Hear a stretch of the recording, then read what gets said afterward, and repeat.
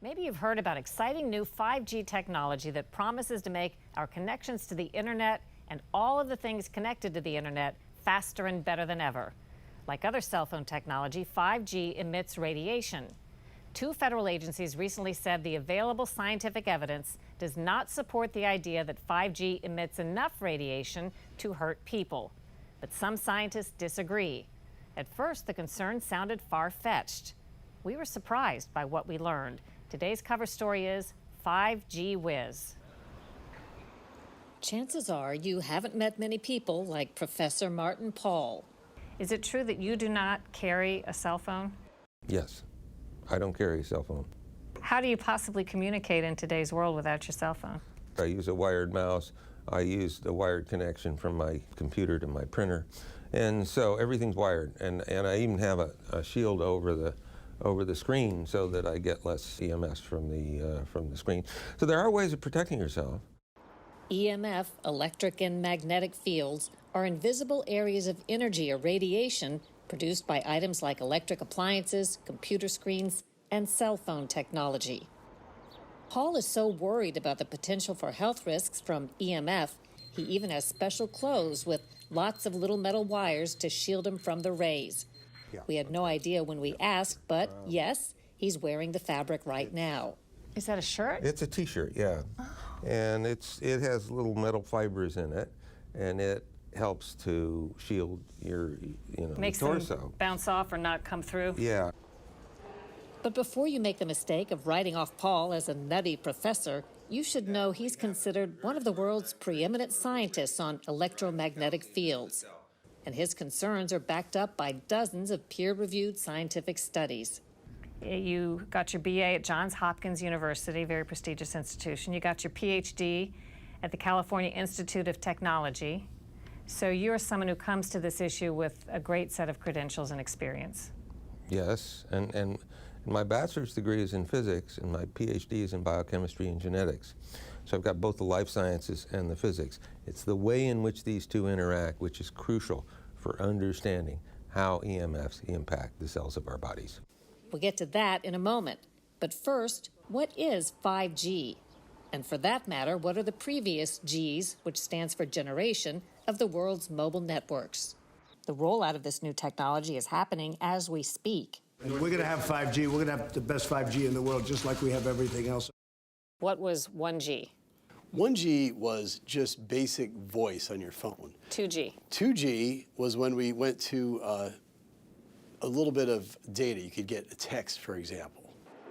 Jonathan Adelstein heads the Wireless Infrastructure Association and represents companies like Verizon, T-Mobile, and AT&T.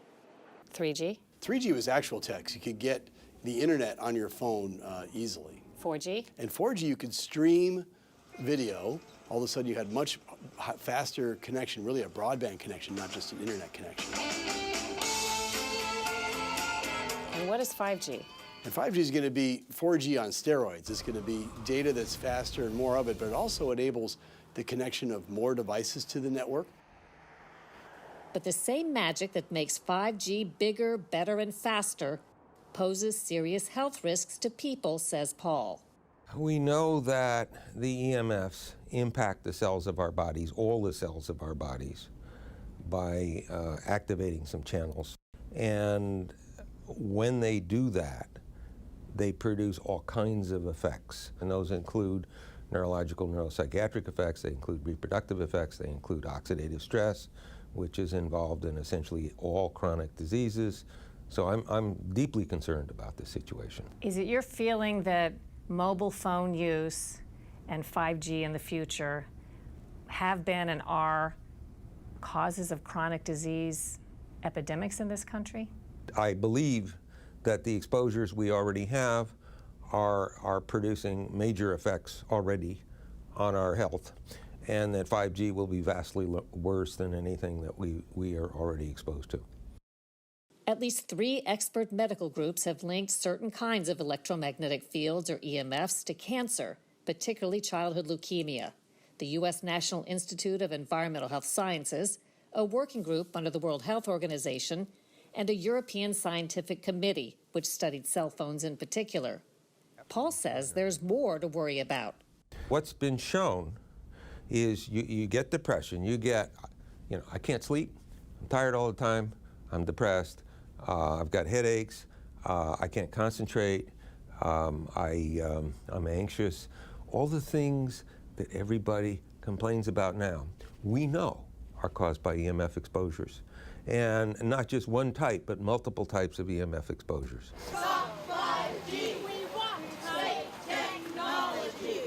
The concerns are shared by citizens and scientists around the world who are campaigning against 5G. A small sidewalk rally last May in Bethesda, Maryland. Hello, Council. And in Sacramento, California last June. These antennas are being installed without our permission, without any warning at all. Many of us do not want to be guinea pigs in this experiment, but we apparently have no say in the matter. Still, U.S. regulators insist there's nothing to fear. After reviewing hundreds of studies, the Food and Drug Administration recently told Congress the current safety limits for cell phone radiation remain acceptable for protecting the public health. At the same time, the FDA did urge the cell phone industry to support new research on cell phone safety. We've heard from a lot of witnesses about the very important potential of 5G.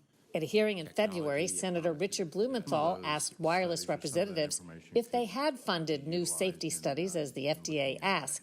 They said, "No, I'm not aware of any." So there really is no research ongoing. We're kind of flying blind here, so far as health and safety is concerned. Is Senator Blumenthal correct that we're flying blind? It's something that's been well studied. It's continuing to be studied. We follow all the guidelines of the World Health Organization. We defer to the scientists as the industry who say it's safe. You can't ever, prove a negative, but there have been no indications of any problems. Let, the government do whatever it needs to do to set the strongest possible guidelines, and the industry will adhere to them. How do you explain them saying the science doesn't exist, that there's nothing that gives us cause for concern? It's all corruption. There's no other explanation.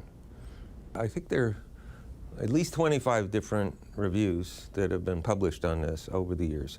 You're implying that the industry, the telecommunications industry, is so powerful here in this country. Is that a reason you think why our government hasn't commissioned these studies and isn't talking about it?